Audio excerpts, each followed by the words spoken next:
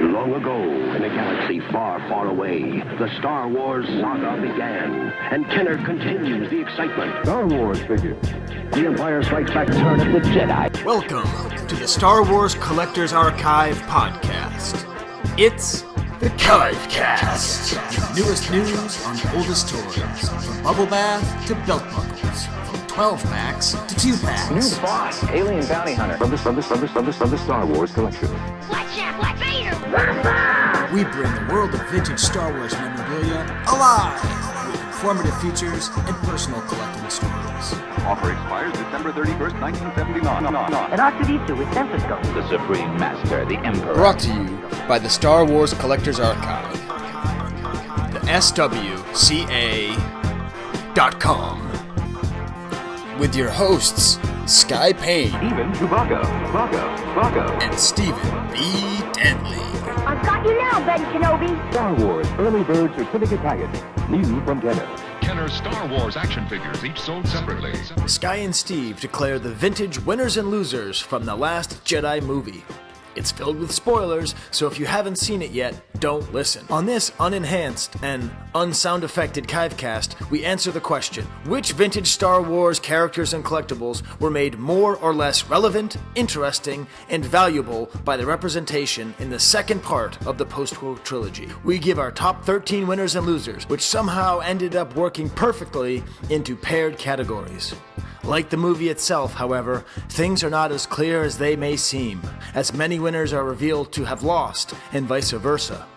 Oh, space freaks, there are more question marks than exclamation points in this movie and in this podcast. Skye does most of the blabbering on this episode, so you may want to put on your anti-gravity boots to resist the sheer power of the blowhard force coming at you from Hothchester.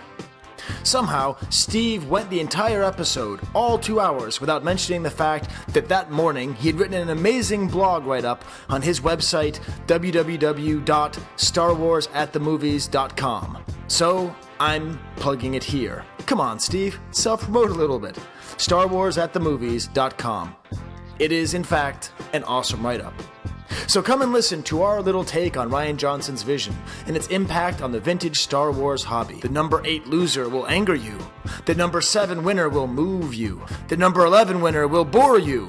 The number 2 loser will mystify you. And the number 1 winner will shock you to the very core and leave you more surprised than you were by the movie itself. Join Skye and Steve as they force Skype like Rey and Kylo about The Last Jedi on the next Chive Cast Vintage Pod. Wampa Wampa. Welcome to Chive Cast 87. Yeah, you know, Steve, we've actually recorded another. I feel like we start every episode saying that we've recorded another episode. We're jumping all over the place, but We are, but they're such exciting times. And last time when Force Awakens came out, we recorded this vintage winners and losers. And I don't know if it was successful because we don't get enough feedback to know when we succeed and when we fail. But I thought it was successful because I enjoyed it. Did you enjoy that, Steve? I was going to say, who cares? Because I actually had a lot of fun doing that, if I remember. So, yeah, well, I'm all for doing it again. Well, it's kind of like a trick because, you know, it's Thursday the 21st. How many times have you seen The Last Jedi, Steve? I've seen it twice now. How about you? Well, I saw it a third time today. Okay. I picked up the kids and we took them with my dad. Awesome. The audio mix was a bit weird, so I think my dad couldn't hear any of the dialogue and only heard the music. So that might not be such a bad thing at times. Well, he came out. He's like, so the point of the movie is bad guys are jerks. I was like, well, no, but okay. Anyways. And man, that guy does not like Kylo Ren. But anyway, so, you know, I watched the movie a week ago. I've spent all week, I've listened to every Rebel Force Radio episode about it. I've listened to Now This Is Podcasting episodes with bated breath. I listen to Steel Wars. I go on YouTube. I watch every single video I can that talks about it, even the stupid ones that are about Easter eggs. So you've been diving right into the deep end. Yeah, well, that's, you know, Steve. I live in the deep end. Right. And the thing is, I want to do that too. You know, I want to be one of those jerks who talks about what they think about the movie. Why not? but not in the usual way. Right, but we've only found one way that people will listen to us, Steve, and that's if we talk about vintage toys. Right. So what is the general conceit of vintage winners and losers, Steve? Well, I guess it depends on how many. It sounds like you've got a complex case for this one compared to the last one. Okay. Well, this is the basic idea. Okay. So the question is vintage. Okay, so we're talking about vintage Star Wars collectibles. Okay. Right. The collectibles made in between 1978 and 1988. Okay. That's what I said as the time. Maybe Steve, you have it different, but that's what I said. No, that's I'd go with that. Yeah. Actually 77 to 88 because we do memorabilia as well. Yes. Yeah. So when we say winners or losers, we're not talking about things that existed in the vintage area and did they win the movie or lose the movie? Right. Because we don't care about the movie right now, right? Mm-mm. Like, I'm not going to ask you, what did you think of the movie? Now, people will know what you think of the movie throughout the course of the conversation. Right. But this isn't a review show. This is strictly taking vintage characters and collectibles and determining were they helped by the new movie. And by that, I mean, were they made more relevant, more valuable, or more interesting? Yeah. And if we say that they're a loser, well, then that's the opposite. They're made less relevant, less valuable, or less interesting. So that's what a vintage winner and loser is. Yeah. I put out the call to Facebook to get people's ideas. Yeah, that was actually going really well. It was, except everybody's wrong and stupid. So boy. Okay. This is the other point, is what we say, Steve, goes. We are the final judge. Everything that we think and say is 100% correct. Okay. All right. That's good to know going into this. Yeah. So you guys might want to respond and be part of the show. No. We're right. Well, I'm going to warn the listeners here that the text message that you had sent me, I don't know, a couple hours before we were starting was essentially, I've got a lot of Skye ideas coming. I'm like, oh, great. So I'm trying to brace myself for that, but then I never really can, and that's what I guess makes the Chive Cast what it is.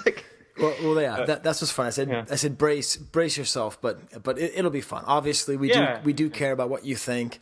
Some of my points are intentionally provocative, but mostly, Steve, I'm trying to be insightful, and I think there will be some surprises, especially at the top of the list. Okay, right. Like what is the biggest winner? What is the biggest loser? I do think what we did last time is interesting. Do we think this movie is, on the whole, a victory for the hobby? What do you think, Steve?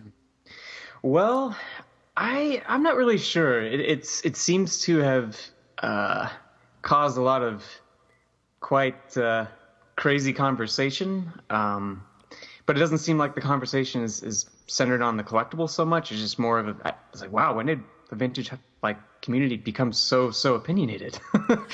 I don't know. Yeah, it's been pretty crazy. Yeah, I had to stay away from it. I mean, you said you kind of been diving into all this stuff. Once I kind of started to get a sense, I just had to step back and kind of think about it myself and not participate, because I was just like, I can't handle this. Yeah, it's really intense. It's like the scene in the trash compactor, it's this Dianoga of divisiveness. And I got grabbed by the leg, and I'm just down in the trash, and I'm just swimming, and I'm on every side. And I'm fascinated by both sides of it. Good friend of the show, and going to be probably an April guest on our show, Tommy Garvey, appears to have lost his mind. He hates this movie. And Tommy and I laugh a lot because we have a lot of opinions on movies, and the joke is that I'm always wrong. Right.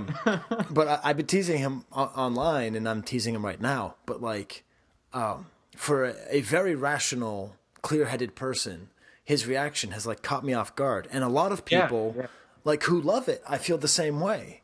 And there's something about this movie, and one of the things that Tommy said was that he's done with Star Wars. He doesn't want Star Wars anymore. Right. Yeah. And he's not the only one. Yeah. So the question is it good for the hobby or not? Yeah. And what's your take? Well, I don't think it matters. I don't think what Tommy said matters, because for prequel fans like myself, I heard them saying that in 2000 because it took them a year to hate Phantom Menace. Yeah. I heard them say that in 2002. I heard them say that in 2005. Star Wars fans have been done with Star Wars for longer than there's been Star Wars. That's a valid point. And the numbers at Celebration keep going up. So I think, to his credit, Rian Johnson released a prequel that is a sequel. It's that's a good quick description. I'm going to make this point later, but I'll tease it at the front. He did to Luke Skywalker what George Lucas did to Anakin. Oh, you see, Steve? Ooh. You see right there? Boy. That's what's called a good thought, but we're going to tease that. Let me tell you why I think it's good, why it's the other reason that it's good.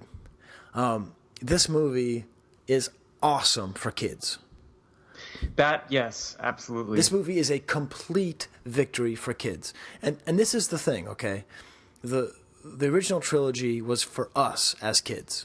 Well, not you, because you were born in 1999.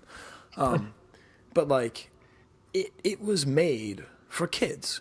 And then the prequels came, and it was an old man thinking he was making it for kids, but not really. He was actually sort of making it for us, but he didn't know what we wanted. And everything got all confused.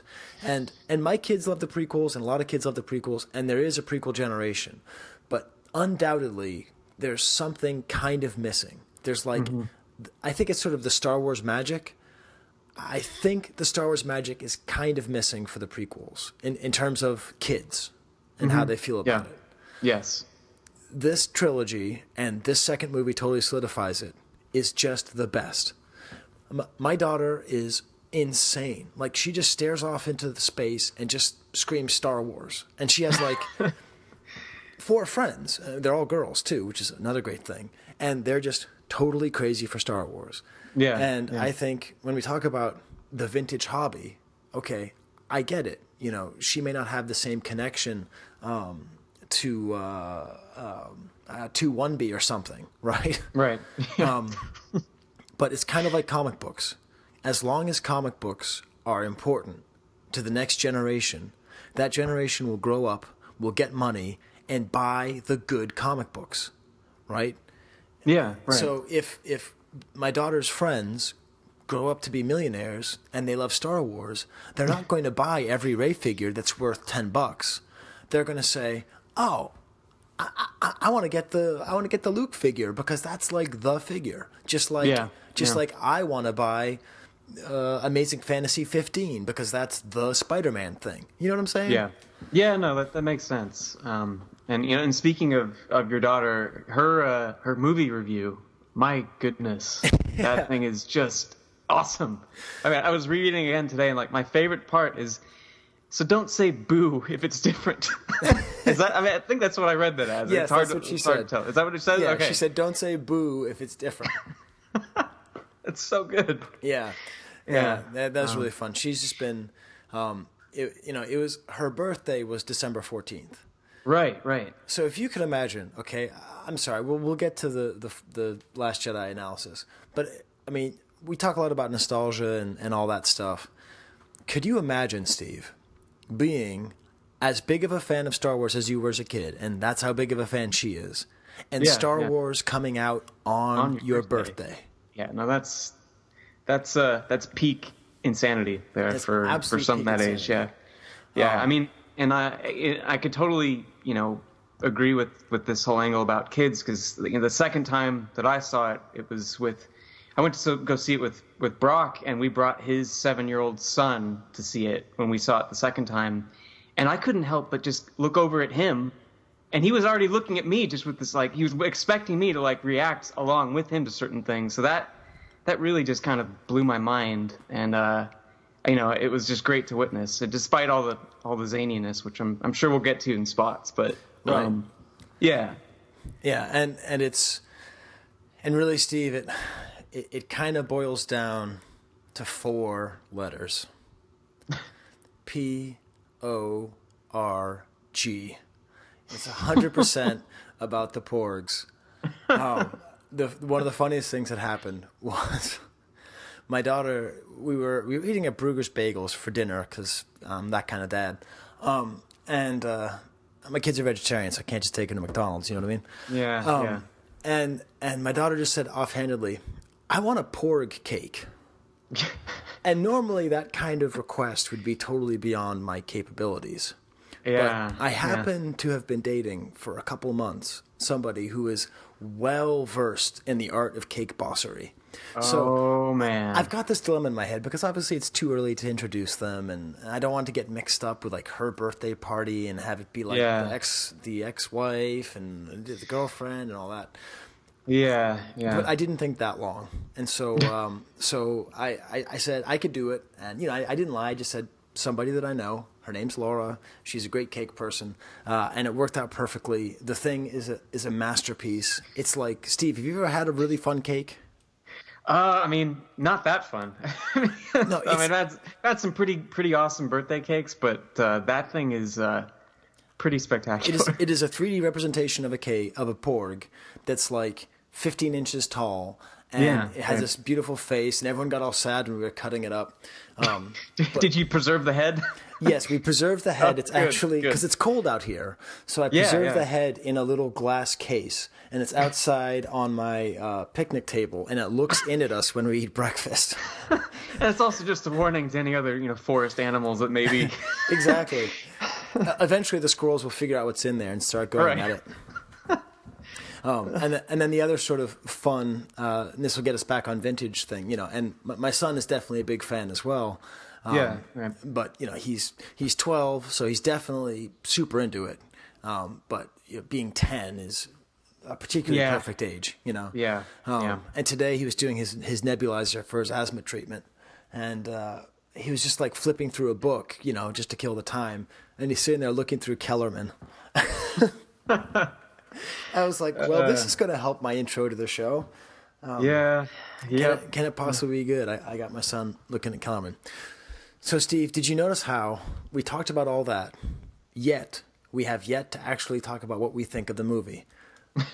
Yeah, and not in direct terms. Isn't that a fun trick?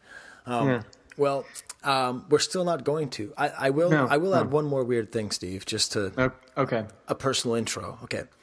When you hear the Blog Pod, which is coming out next month, okay, we talked to Fantastic Pete about all famous auctions. It's really cool. Yes. Yeah. At the end, I mentioned that I think I have mono. Oh, yeah, that's right. Okay. So what's the verdict there? December 14th, it's my daughter's birthday, okay?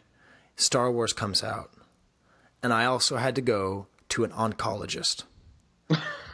Whatever was wrong with me, they couldn't figure out. My blood work was wrong. I was exhausted at all times. I had a fever almost at all times. My liver hurt. I went and saw an oncologist who looked at my blood work and just said, yeah, I don't know what this is. This is weird. This is really funky. I mean, it's probably just a virus, but it's really funky.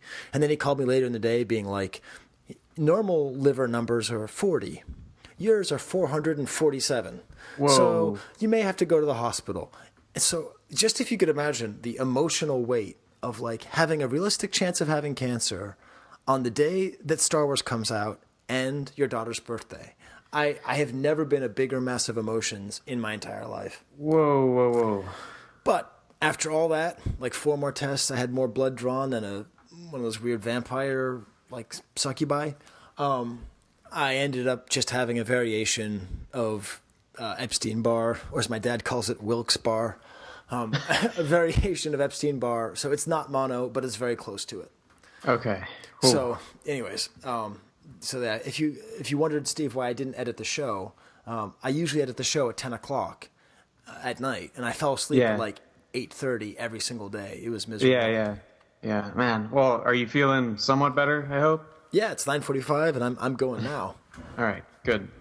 My mainly site, because this is supposed to be a really quick episode, and it's 15 minutes in, and so we've talked about Porg Cakes, and we've talked about cancer wards, but we haven't talked about the winners and losers, Steve. No. I guess we better get to it then, huh? Yes, we better get to it. I should warn everybody, I'm not going to edit this. I am just going to make sure that the sound levels are even. There's going to be no drops. so I'm going to like throw the drops in, you know. I'm just going to release it quickly because it is December 21st. I want to drop this on the 22nd, so when people are traveling to Christmas, when they're going to go see the movie again, they can think about this and they can argue with it. Okay, Steve? Yeah. Yep. Raw, untamed Chive Cast. Yes, that's our new thing, which I don't think matters. I don't think people care about my stupid production and my stupid songs, so this is good. Now, all right, so where are we starting here? We have 13 winners and 13 losers, Steve. Okay, that's a little bit better than the last text I got was 13 categories. I didn't know if that meant that each category had like 10. No. All right. No, but this is it, Steve. This is a very divisive movie, okay? Yes. It seems as though half the people love it and half the people hate it, okay? Seems to be. It seems to be. Time will tell. I think people are going to come around and love this movie over time. That's just my opinion. What I realized was in developing my winners and losers, they naturally shook into like categories, like a winner in a category and a loser in a category. Yeah. Okay. And so these are the 13 categories, okay? All right. Rebel pilots, droids, Vader, Power of the Jedi, Nostalgiatastic, sort of featured, Kylo's parents, Han adjacent, Cuteness, not in movie, cool guys. Number 2 is the Divider, and number 1 is the Unifier. Ooh. All right. So let's start with the simplest one, Steve. Winners and losers. Number 13. Okay, how am I going to do this? Okay. Category, Rebel pilots. Steve, where do you think this is going? Well,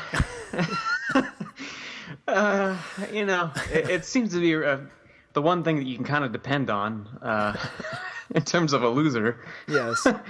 But, I've kind of accepted it at this point. So if this is the first time listening to the show, you may not know this. Stephen B. Danley is the world's biggest and most important collector of a character called the B-Wing pilot. A B-Wing was a vehicle that only existed in the original trilogy. For some reason, no one will allow it to exist anywhere else. And that's why it's the number 13 loser in our category. There was no B-Wings, there's no pilots. Instead, they had these weird bomber things, Steve. Well, I had this on my list. I had a winner and loser kind of combined with this. I don't know if you'll let me. Yes. It's not really a counter argument, but it's just a different take, I guess. I definitely put the B-Wing pilot as a complete loser. Because, in the one scene that has quasi B-Wings, I'm like, come on, there's got to be no. Oh, by the way, spoilers everywhere. If you haven't seen the movie, turn this off. Okay, turn this off right now. Yeah, but at the same time, the B-Wing itself is kind of a winner in the sense that I think both of its kind of crucial parts are used in 2 different new ships. I don't know. I think I guess that goes back into loser. No, you see, and this is why I wanted to start off with B-Wing pilot. With the B-Wing. I spent 5 minutes trying to think, like, is this a winner or a loser? And it's kind of both. Right. I think it's kind of both because, again, if we think about kids when they grow up 30 years from now, and if they want to get a vehicle, they might just say, oh, this was the old version of that ship that Paige Tico flew. Cool. Right. And it might end up being kind of a winner. We'll see. How about the design on those things? One hit and the entire thing blows up. Dude, I actually loved how janky they were. I mean, I loved that. Yeah, it was great. And by the way, if you could, I think I need to text Tessa and see if you say janky as much off the podcast as you do on the podcast. Oh, well, it applies to a lot of things in my life. Okay.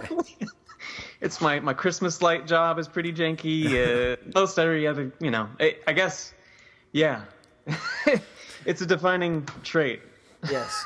DJ was quite janky as a character. He's probably not going to be coming up later. So probably not. And the number 13 winner is, of course, the A-Wing and the A-Wing pilot. Yep, I had that on there too. It was great in the sense that I like the blue color scheme that they're going with a lot of these things these days. I thought that was kind of nifty. The pilot, You know, are you including the pilot in this as well? Yeah, A-wing and pilot. That's All right. sort of, yep. Yeah, a package. Yeah. Nope, I'd agree. All right, Steve, let's keep this moving on Yep. with the number 12 loser and winner. This category is droids. Okay. Steve, this was another one. Almost every single one of these, I couldn't decide.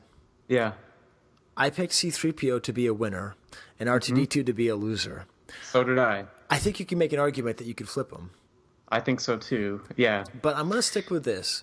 R2-D2 is a loser because what makes R2-D2 R2-D2 is that he is the watching eye. He is the guy who is a part of everything.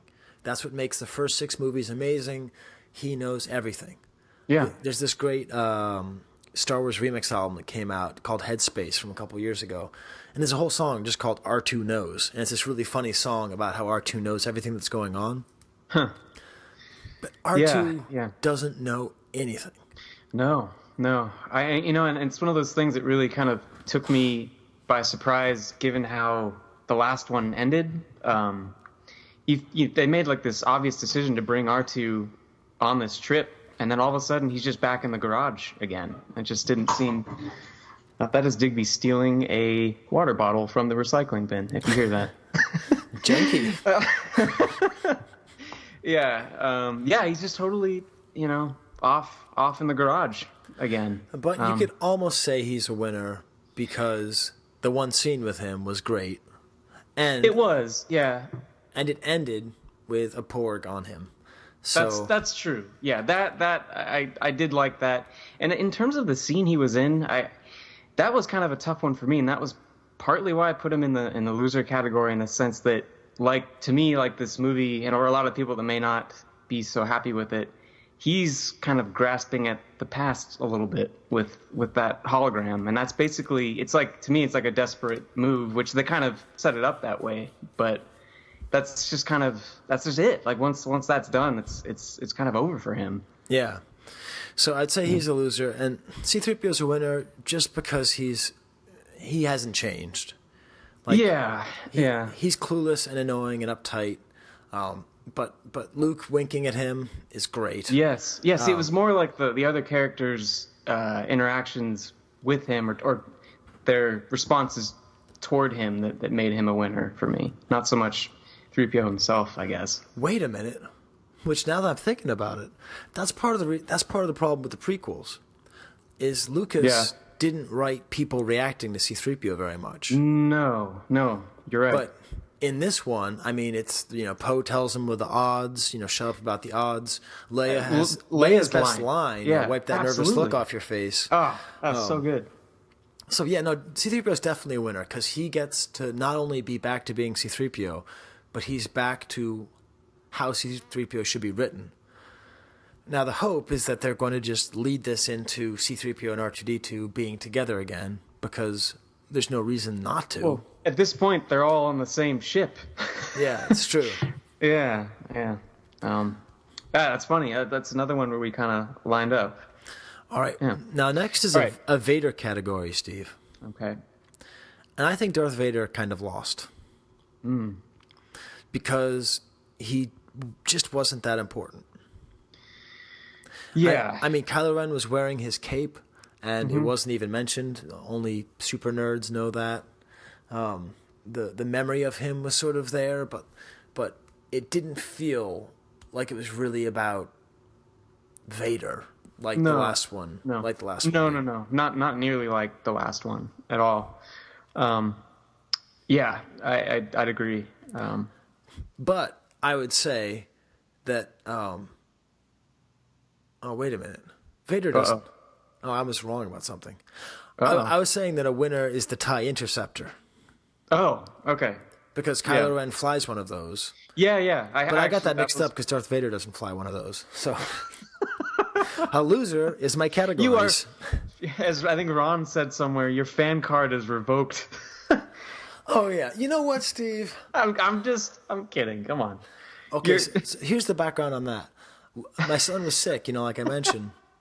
And we were watching Return of the Jedi, and there's a scene where there's an Ewok who totally has a gun. Okay? I couldn't believe you'd never noticed that. I don't care about guns, Steve. I don't know. I just never noticed it. It's just, I know how much you love Return of the Jedi. Yeah.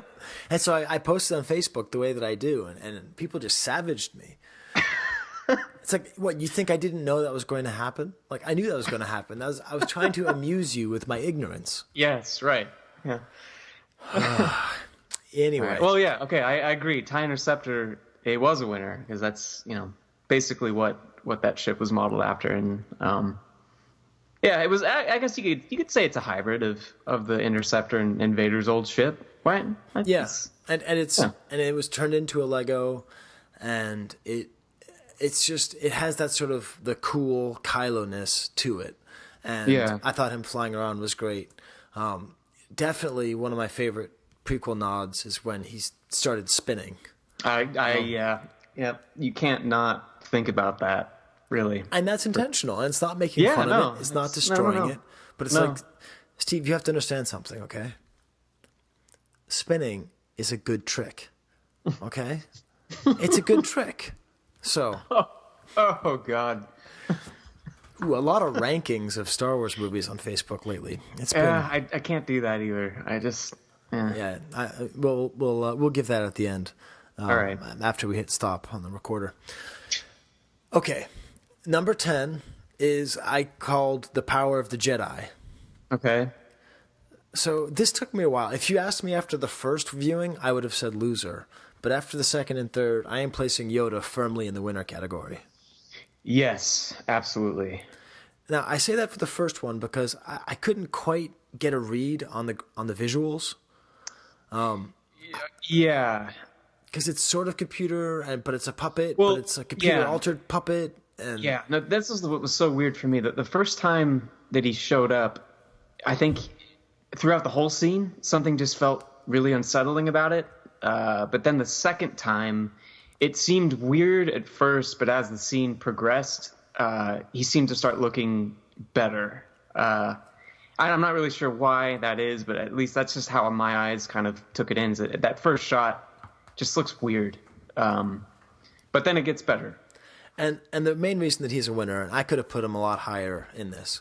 But, yeah. But people, obviously Yoda's really special. And again, I don't want to get too sidetracked, but people really like complaining about stuff, and so they find something they can complain about, and they complain about it, and then they feel proud of themselves because they feel smarter than the thing they're complaining about, and that often makes them not pay attention to things that are really good.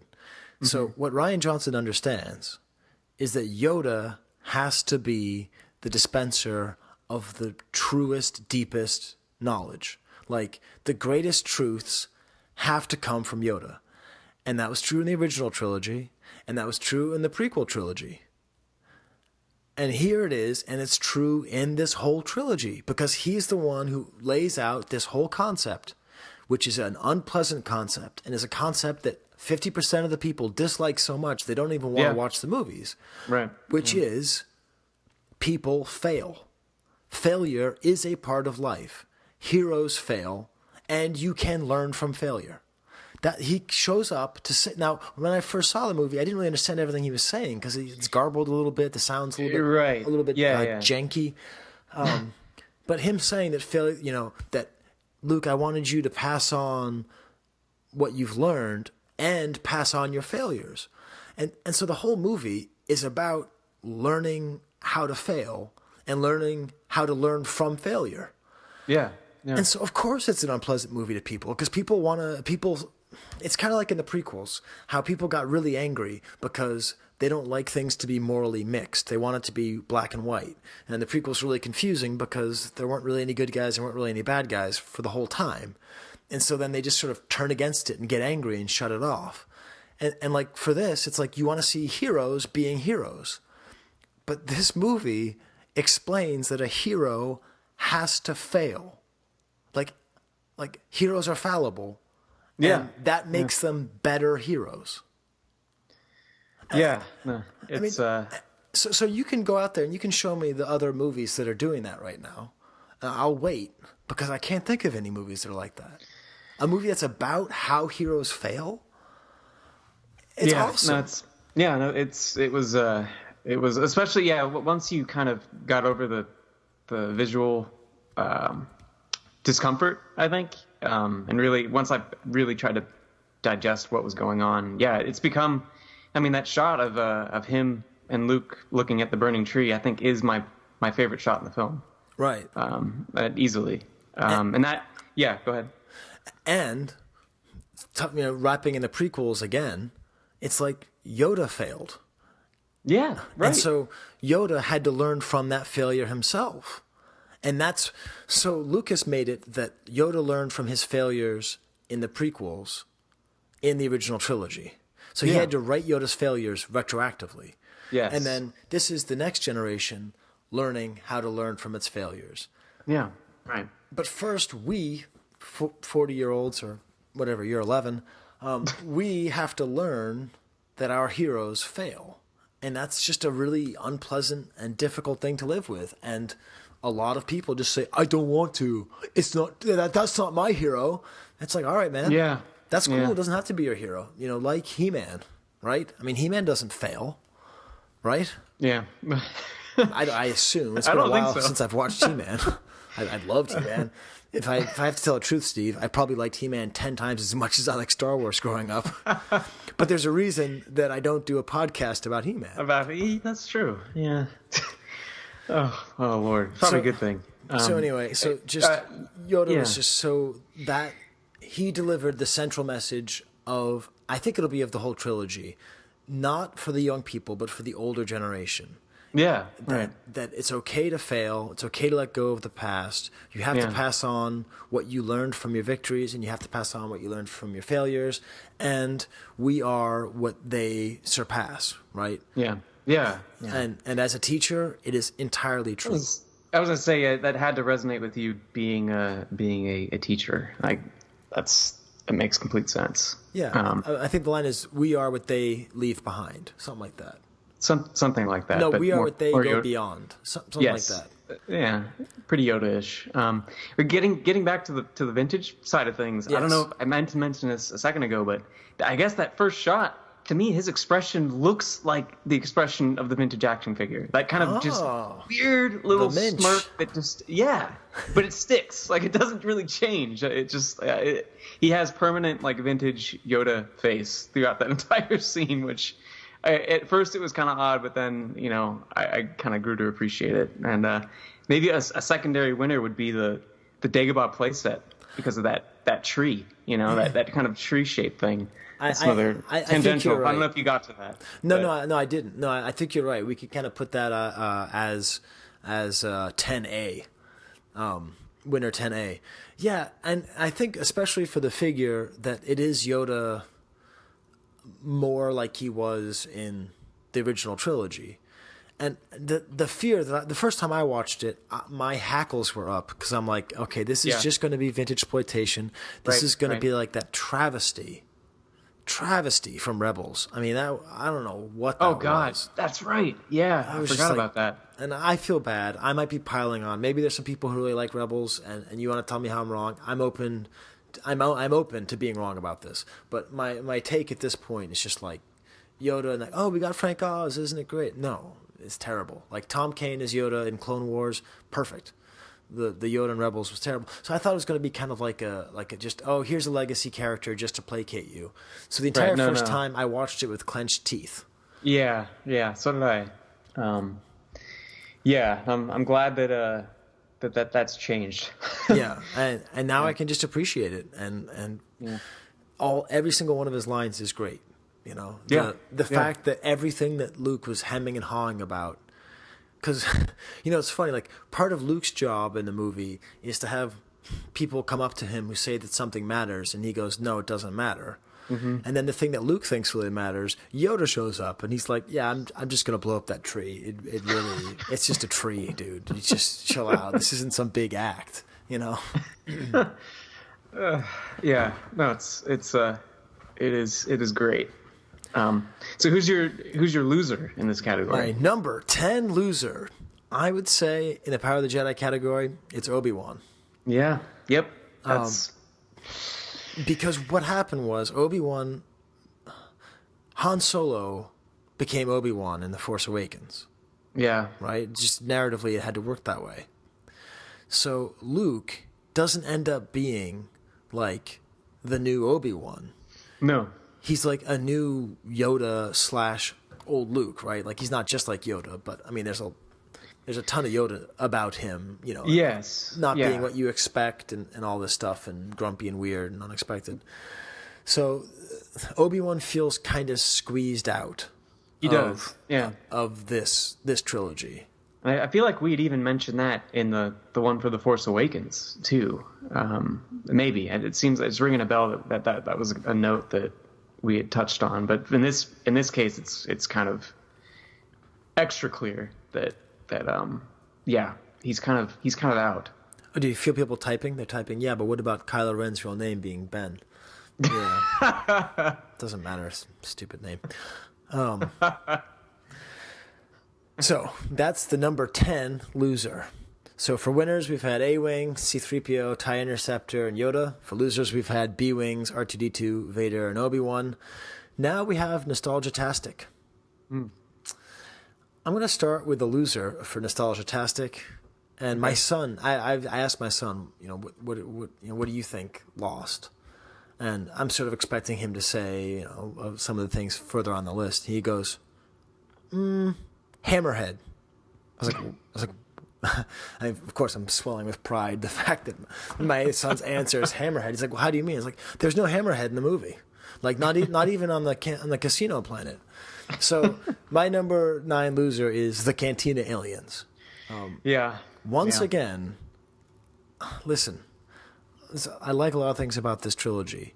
Michael Kaplan, the alien designer, the dude has a certain way he likes to design aliens, and it's the Elo Asti pilot guy, the sort of weird fish face guy. Like, there's a style, kind of like there's a Jim Henson style. There's a Michael Kaplan style, and that style does not have Snaggletooth, Hammerhead, or Walrus Man at all in there. Or Greedo. Or Greedo. Yeah. So I would say that that's a definite, like, at this point, I didn't want them to overuse them, because that is true in Clone Wars, especially when they didn't have that many models. It was like every alien was an Ithorian. That's a Hammerhead, Steve. Yeah, right. But this one's just gone too far. I mean, we need one. It doesn't have to be featured, but you just have to know, because the odds of them not being there at all. Anyways, so that was my son's very deft observation. Yeah. And the number 9 winner, Steve, I think it's an AT-AT. Oh. And I think for nostalgia sake, I think it's fun seeing them. They don't do that much. Yeah, I thought it was kind of interesting that they literally didn't have to do anything. Like that with those janky B-Wing things, they just literally had to stand there, and that's basically it. I mean, there was no chance. So I mean, but if I remember right, there were original walkers kind of sprinkled in there, weren't there? Yes, there were. Okay. But the reason that well, first of all, there's one word that would have made this movie a lot better. Okay. Okay. Siege. That's what they were doing. They were laying siege to the rebel base. Yeah. But they didn't say that. It's in the complete dictionary or whatever. Oh. So it's like, when you understand it as a siege, it makes a lot more sense. Like, they're just trying to trap them and not let them out. Yeah. Right. So I love the crate scene. See it a third time, Steve. The crate scene, for some reason, was my favorite thing this time. And the first 2 times I thought it was dumb. But not dumb, but just like the weird sand skimmer versus, like, what's the plan? I came to the realization that it is literally obliteration. I mean, there's just it's not like The Empire Strikes Back when they're merely trying to stave the Empire off to just get out. It's like, well, we're in this hole. Right. We're going to try and do anything, and you knew. I mean, they kind of made it like over clear how little chance that they had. Right. Which, I think I think it does work. At first, I'm like, yeah, there really isn't much actually that's going to happen here. Right. But yeah. But it does make sense that if they take out the big cannon, then the siege will last a lot longer and they'll be able to wait longer. But they never said the word siege. So it felt like they were just trying to do a Hoth thing of like trying to take out all the walkers, which is what they weren't trying to do. No. But the reason that the AT-ATs win is because there's this one little moment, Steve, where when Kylo's, going crazy now, I want every gun to shoot at that one man who... Napoleon has grown up a little bit. Now it puts the lotion in the basket, or it gets the hose again. Take my hand, please. There's like the main AT-AT like readjusts. I don't care if it's called something else. Like it digs in. Yes. That one moment is like the coolest moment. Like that is so cool. Yeah. And I do think it just helps to have them and featured in there and featured in all the advertising, and it was the Toys R Us poster. And even though they don't do much, my kids might still be awake, so I'll just tell you that I got my daughter the AT-AT Lego, but I'm gonna play with it. I don't think I'm gonna let her play with it. But so, and that's the way I kind of think that they're winners. Is just kind of the continuation of that design is just awesome. And if people like that, they're going to want to go back and they're going to want to get the real thing, which is of course an AT-AT. So that's my number 9 winner. Hey Steve, let's have a little break. Okay. Actually, because I listen to a lot of other podcasts. And there's lots of breaks, and sometimes a break is coming because there's like music in the background. And then they start talking about stuff that helps them pay for. Yeah. Oh, hey. So Steve, I want to talk about our good friends at. You should probably just buy a used car. It's really tempting to go out there and like buy a new car because it's really fun. It smells good and it feels all fresh and new, like the fresh-driven snow. There's something to be said for a used car, though. Yeah, you see, used cars are what smart people buy, okay? Because cars depreciate the second they go off the lot. And especially if we're talking about like a high-quality, well-made car, you don't need to have like a brand-new car. And you certainly don't need to buy a car because it's affiliated with Star Wars. That's just the silliest thing you could possibly do. So, that's our advertisement is just buy a used car, because... Yep. Okay, good. All right, now getting back to our list. How'd that work out, Steve? I think that was about as good as it could get. Wow, that is... Wow. Steve, you cut me to the core. That was about as good as it would get. Not as good as it can get. Okay, fine. We'll move on, Steve. So, the number 8 loser. Uh-oh. And this is what... Hello? Steve? Uh-oh. What's wrong? I can hear you. What's going on? Okay, so listen, guys. Steve is getting weird, but I'm not going to hit stop so I can record this. Steve, are you back? Dude, did you just hit mute?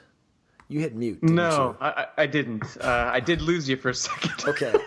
All right, I got you now. Is everything okay? Yeah, it's fine. I made sure to be entertaining while you were off. Good. All Just right. so you know, Space Freaks, the number of times that this happens during the episode is many, and I cut them out. Now you get to hear when Steve goes, "Uh-oh," and I'm just sitting there going, "I'm here. Uh-oh, what's going on?" And then he just like punches Digby for no reason, and it's terrible. So the next category, Steve, is called Sort of Featured. Okay. And my loser is highly, highly controversial, Steve. Oh. My number 8 loser is 9 Numb. Oh. Oh boy. Yeah, you're gonna cause a lot of strife with that one. He doesn't do anything, Steve.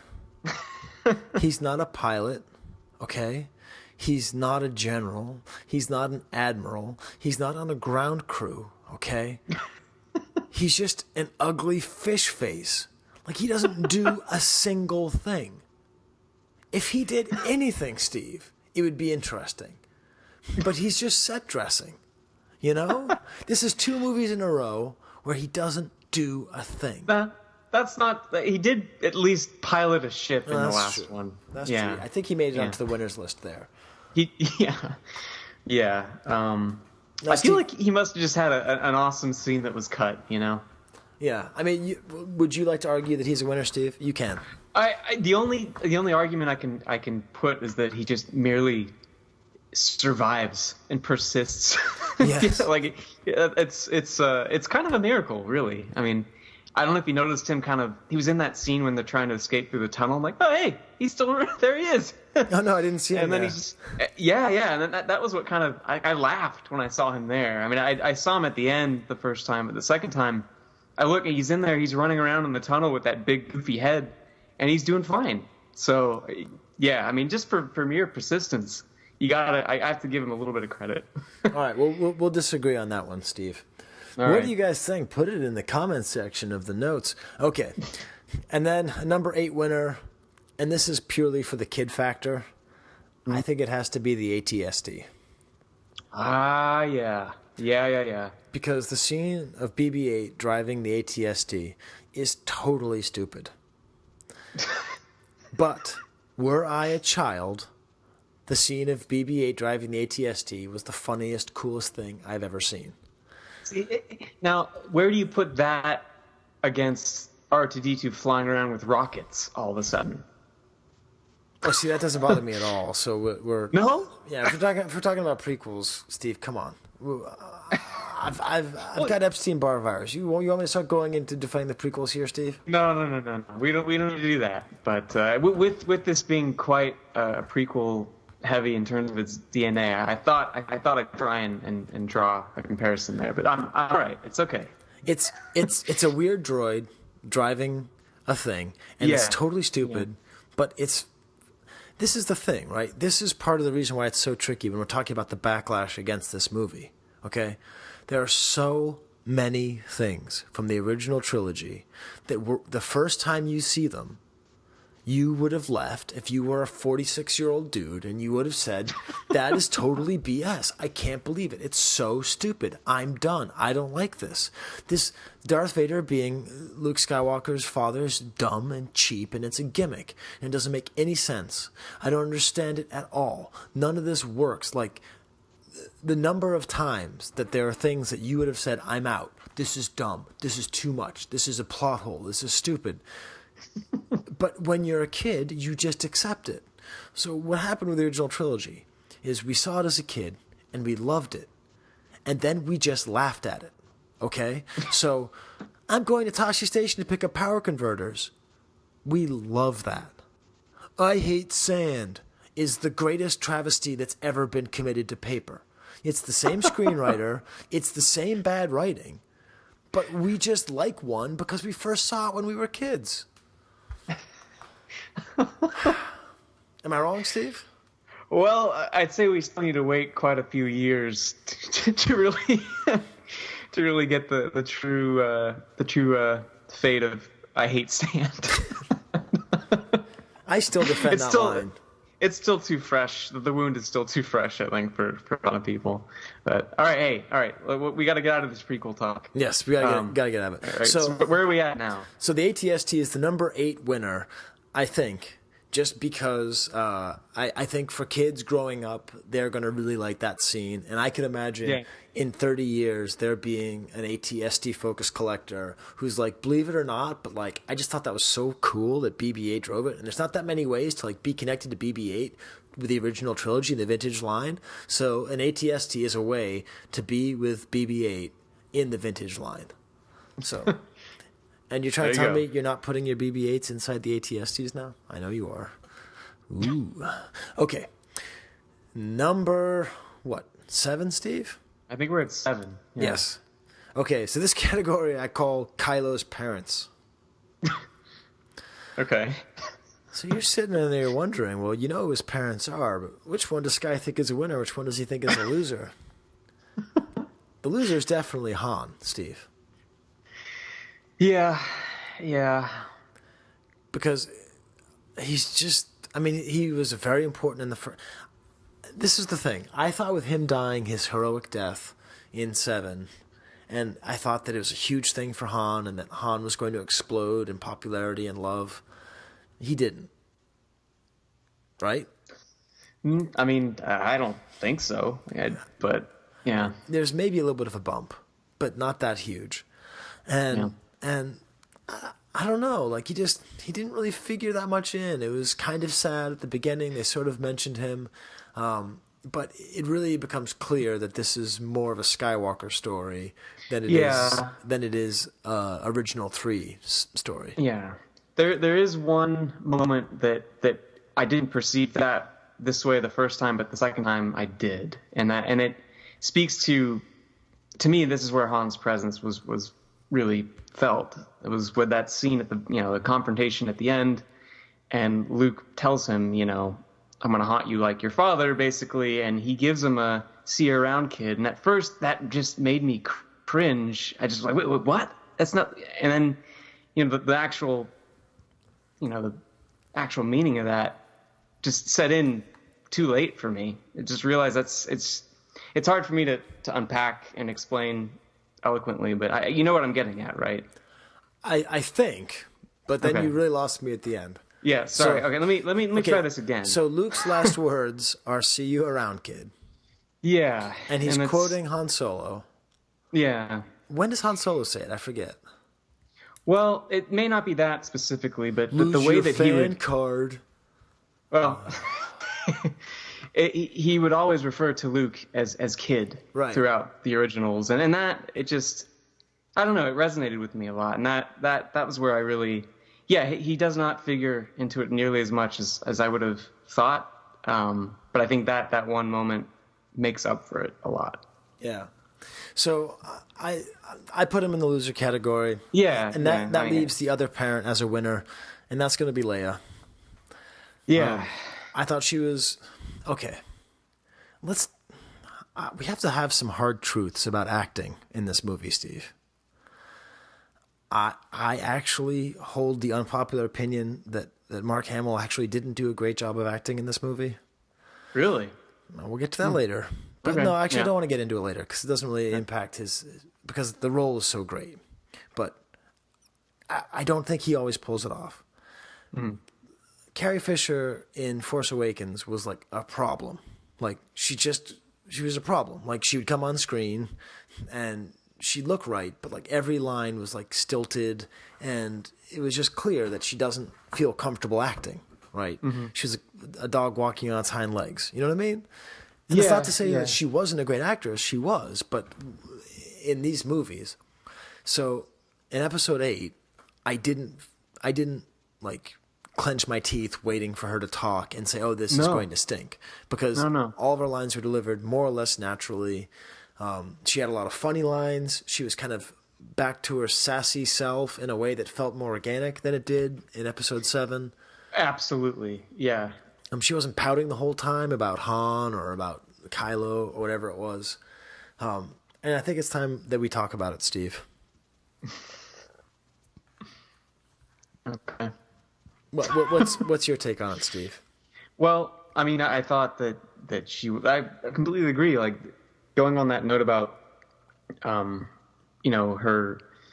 sassiness or whatever. The way I think that it was a line in Episode 7 that just kind of always makes me cringe about how it was whatever that Han did on the Death Star, like not like the Death Star, and it never really sat well with me, and it didn't feel natural at all. But her dialogue in this, it was completely natural. Like it just, I don't know. It was a complete.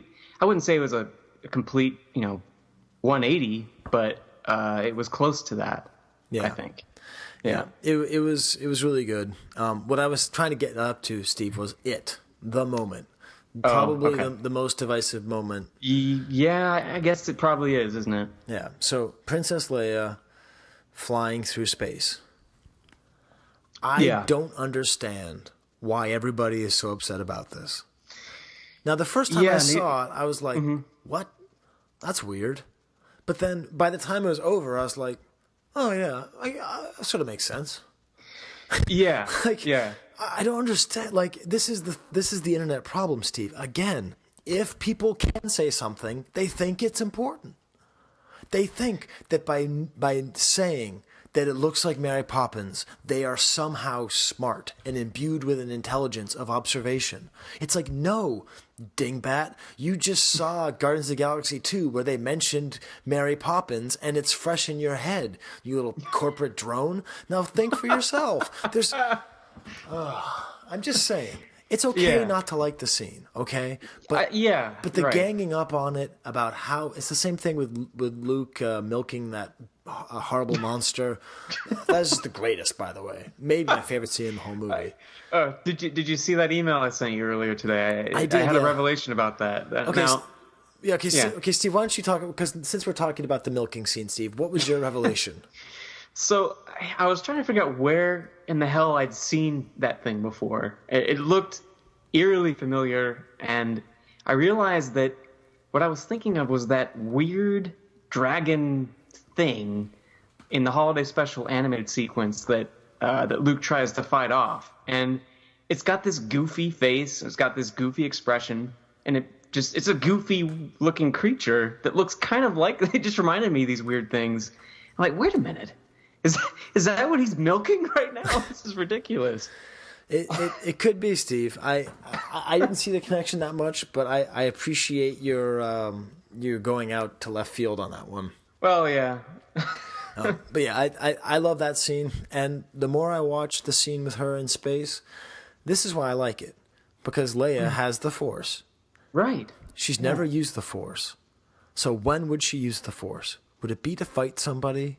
Would it be to punch somebody? To lift up a rock? No. Leia would use the Force because it's necessary for the rebellion. Like, her job wasn't done. This whole movie is about how it's important not to be a dead hero, but to be a leader, right? That's what she says to Poe, right? Right. That's what Poe realizes at the end. You have to be not be a dead hero, but be a leader. And then, like, Bruce Dern's daughter, Laura Dern, sort of realizes the opposite, that in order to be a leader, she had to become a dead hero. So that's an interesting parallel, and part of the reason the movie is so well written, it's hilarious. But, like, this idea that she magically has these powers, she's not trying to save herself. She wouldn't have done that to save herself. She's doing it because the rebellion needs her. And that is what makes her such a great character, is the selflessness and the spirit of service. Yeah, yeah. No, I mean, I think it just got close to the border, but it didn't cross it. I think it didn't bother me at all. And all this stuff about, they've never done this before, whatever it is. What amazes me, Steve, is the amount of things that this movie did that Star Wars has never done before that people who are complaining don't even mention. Okay, do you know what's the weirdest thing, Steve? What's that? Every single Star Wars movie, including Rogue One, has ended in the same way. This is the first movie not to end with a wordless montage. There's a wordless montage, and then somebody talks, and then the stable boy thing happens. Right. That's the biggest FU to Star Wars fans, in my opinion. It's not about whether or not Leia can fly. It's like this amazing thing that Lucas, I don't know if he invented it. I can't think of other places where I've seen it. I mean, it did the amazing parallel editing of the fighting scenes on different places that Lucas is also amazing at. Yeah. But like, and the movie used flashbacks. I haven't heard anyone mention that. The movie used stop motion photography. The movie used voiceovers. All of these gigantic faux pas in the Star Wars world. And they're sitting around talking about bombs not being able to drop in space. If you want to complain about the movie, that's fine, but there's actually some real structural things about what makes Star Wars. And, and this is going back to Leia flying, and like, she doesn't do that. That's part of the reason I don't care. It's like, I noticed all of these differences, Steve. Yeah. But I just don't care. It doesn't matter. Like, it's light. Star Wars is light now. It's not. It's a forever thing. It's a comic book. It's like if you don't like this issue, the next story arc might be one that you like. So if someone wants to come in and shake things up, it will regain its shape, you know? So I didn't like that they didn't have the wordless montage. I wish that he could have edited it better so that it maintained that tradition. Mm-hmm. But then I just shrugged and said, well, yeah, well, he didn't do it. Whatever. Yeah, right. Maybe JJ will do it next time, and this will just be the one that doesn't do that. And it's sort of like, yeah, Jedi don't fly. Yeah, okay, well, they did. You know? Yeah. You just leave it there. And next time someone can show up and say, no, they don't. So, anyway, I think it's becoming clear what I think about the movie at this point now, Steve. Well, yeah, we're not even like halfway through this thing. Like but that's okay. We're gonna keep going. Are you doing okay, Steve? How you doing? Yeah, I'm good. No, I'm good. Do we need to do another ad break? I don't know. Do we have another sponsor? I just like to say that Little Debbie snack cakes are still disgusting. When I bought I've never had one. Never had one. Oh, dude, I bought that Star Crunch thing to get those cards. Oh, there was some collecting thing, wasn't there? Yeah. Eventually Obi-Wan did it. It was cool. Oh, yeah, that's right. I want to support my friend Steve. Not you, my other friend Steve. Yes. I mean, acquaintance, hobby acquaintance. I wouldn't say I'm like friends with Steve Sansweet yet. You know, we haven't had a chance to hang out. He's a nice guy. I like him. But yeah, those Star Crunch are inedible. This is the grossest thing. So, yeah, bake chocolate chip cookies. That's our ad. Okay. All right. Moving on to the category number 6, Han adjacent. Okay. The winner is the Millennium Falcon. Yeah. I liked it because the first Force Awakens kind of fetishized the Falcon. A little bit, yeah. It was just too big of a deal. This one, it's just like, yeah, this is just the ship. Chewie flies it. Porgs chill out on it. Rey's good in it. The entire rebellion fits inside the Millennium Falcon at the end of the movie. It's like it's the symbol. It doesn't feel too forced. So yeah, I think that the Falcon is fun and exciting, and it continues, and it's this sort of continuing legacy character. Yeah, absolutely. And then the Han adjacent loser is Lando. Yeah. But do you know if he was in the movie, he would be higher up on the loser list. That's man, we usually don't click this much, but that's Steve, I have it's him in like this... we finish each other's Oh God. sandwiches. Okay. Okay, so what were you going to say? No, I was just with Lando. I mean, I had him on the loser list. I had him like I don't think he could win if he was in the movie at all. There was no like I read something about them considering him as playing something similar to the Benicio del Toro role. I'm like, no, that wouldn't work at all. It just that would have been so bad. It would have been awful. That right? would have been Walrus Man in Rogue One bad. Oh my God! Yes. Like, yeah. Hello. I mean, what do we have here? I can get you onto a destroyer. Yeah. And don't get me wrong. I love Lando. I love Billy D. Williams. But for them to have done something like that would have been worse to me. You know? Yeah. It just. So I think he's a loser because he's definitively not going to be in this trilogy. Yeah. And so that puts him in this kind of weird category of only OT. So I think, again, because what we're talking about is like making the collectibles more interesting or less interesting. You know, if we look at the examples of all the things that we've said for more interesting, you know, Yoda, TIE Interceptor, Leia, you know, it makes sense that the character gets richer, gets more developed, has a longer life, has a more interesting thing. So Lando just becomes more terminal, just becomes more, those were those old movies, and it's not in this movie. Whereas if he were in the movie, he would have been a bigger loser because it would have ruined whatever it was that made Lando cool. Absolutely. Because the thing about Lando is that you sort of want to sleep with him, right? Like that's the thing, right? He's a seductive guy. So, like, an 80-year-old dude with several chronic illnesses who can barely walk, and I saw him when he was like that in 2005, and, you know, my then wife, future ex-wife, you know, she was affected. I mean, he was still a handsome man in 2005, but he was not well. Yeah. So, anyway, it would be like if Peter Mayhew got dwarfism, and it's like, oh, we got to keep him in there. Like, no, man. Like, okay, I'm off the rails, Steve. Oh, all right. It's okay. Yeah. Well, we definitely agree on that. So. Okay. Well, maybe we'll disagree on number 5, Steve. Okay. What's 5? Cuteness. Okay. The first thing my son said when I said who was a loser, the first thing he said was Walrus Man. I mean, Hammerhead. A Hammerhead, right? Yeah. But then later he said Ewoks. Oh man. Okay. And I had a hard time because I initially had them on my winner list. Yeah. So let me make the case for both winner and loser. Yeah. I had them under. I have a list that is just question mark, and Ewoks are on that list. Yes. Well, they're kind of a winner because we're now establishing that cute things in Star Wars are totally fine. That, right. Like, yeah. cute things in Star Wars are multi-generational. There's nothing really cute in the prequels. No. The pit droids, a little bit.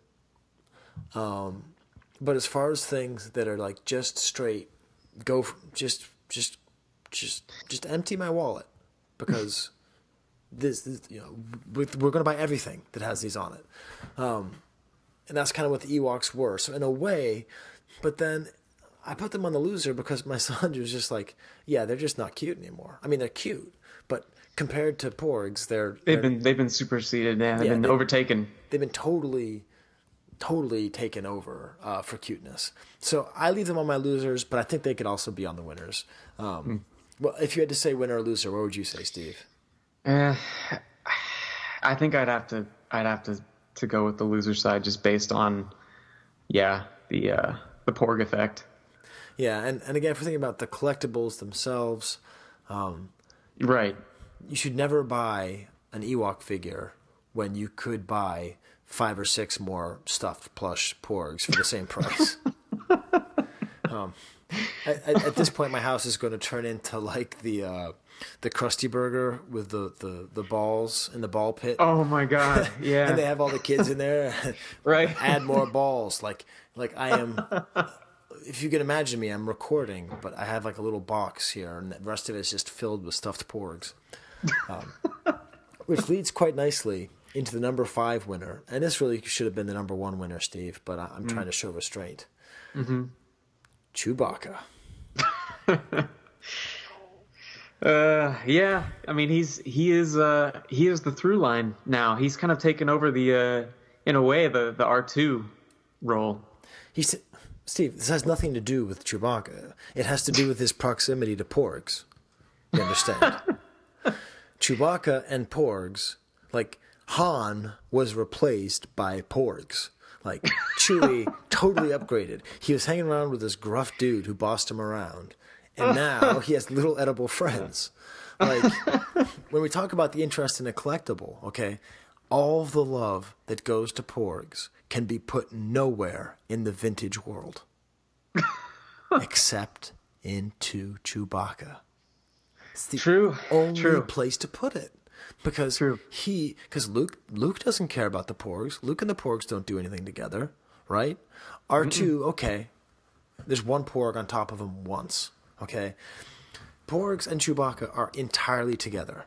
To the point where, Steve, for Christmas, my dad asked me what I wanted, and I just said, well, let me just buy a bunch of Chewbacca stuff and charge it to your credit card. Like, I got 2 different blankets, and I think 4 shirts, 5 wobblers, and pops and stuff, a water bottle, and then action figures that are all Chewbacca and the Porgs. It's like this constant thing. So I actually have right here in my hand a wacky wobbler with Chewbacca and a Porg. The scene of Chewbacca becoming a vegetarian, By the way, this whole movie is like all about animal rights. It's pretty interesting. It is interesting.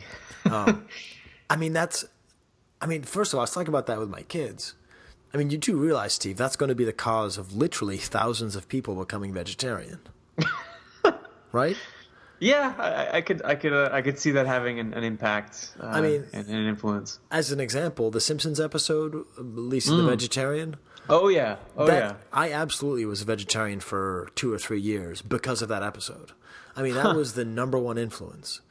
And so can you imagine little kids today growing up and seeing that scene and connecting cute things with eating meat? I mean, it's there. Like, it's awesome. So anyway, Chewbacca and the Porgs, every single scene with a Porg and Chewbacca is totally timeless. So that's why I think Chewbacca's a huge winner. And do you even like Porg, Steve? What's wrong with you?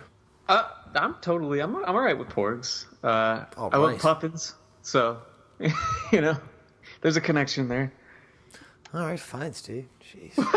I may not be, spouting wonderful praise the way that you are, but I think you've got it taken care of. I don't think if I tried to add more, it'd make it worse. You're saying it's as good as it could have been. Okay. So yeah, that's definitely the. Oh, Steve. As far as modern collectibles go, when I saw the trailer that featured the Porg stuck against the window, I was like, there's no way they are not going to make one of those Garfield-style, like, Porgs with the suction cups on the flippers. Oh, God. Yeah. Yeah. I bought 2. I already put one on my car. So they do exist then? Yes, they do. And okay. they come with a Porg on board sticker. Oh, it's so funny. My God. All right. The other thing that my kids do is they sit around arguing about the names of all the Porgs because they come up with all the names. Yeah, yeah. So the one who tries to step on the lightsaber, they call him Dummy. I will say I'm curious if they have a name for this one. My favorite one is the one that so clearly prosthetically gets takes off when Chewie tries to scare it away. It just looks like those little rockets. If you step on the little pad, it just launches it there. It looks exactly like that. I'm like, I don't know why that one just it got me because of how artificial it was. I kind of appreciated that. Yeah. Does he have a name? I think that's Larry. Of course. Yeah, I think that's Larry. And then the Launching Larry. Yeah, Launching Larry. The one that's on the Falcon with him. I was like, oh yeah, that's Chewbacca's buddy. And so they called him Buddy. Okay. So that's the main one is Buddy. All right. So that's the cuteness category, which I think Chewbacca wins. The number 4. So do you see how it kind of is funny how it lines up, Steve? That these categories end up, because if you look at my list, it makes sense, right? Yeah. As far as winners, A-Wing, C-3PO, TIE, Interceptor, Yoda, AT-AT, AT-ST, Leia, Falcon, Chewie, right? That makes sense as it lines up as far as winners go. Same thing with losers. It just happens to be they go in together. Yeah, so, no, there are definite pairings here. So number 4 are winners who are not in the movie. And losers who are not in the movie. All right. Definitely a loser who is not in the movie is the Power Droid. Okay. Because I thought they were doing a thing, Steve. Yeah, they definitely made him pretty prevalent last go around. And he was in Rogue One. That's right. Yeah. And he was super prominent in Force Awakens. So I sort of thought, okay, this is their kind of vintage nod to this goofy old thing. But no, another thing. Thank you, Rian Johnson. Another thing that I have not seen people complain about. But it's easy because they'd rather complain about why does somebody who's in charge not want to give somebody who doesn't respect the chain of command all the information about the mission. I couldn't even try and get into that with you guys. I could no. Well, it's really, Steve, that I've gone whole hog on Facebook. And the best part is just having really obnoxious arguments with people I really like. Yeah, I mean, I can't keep up with you guys.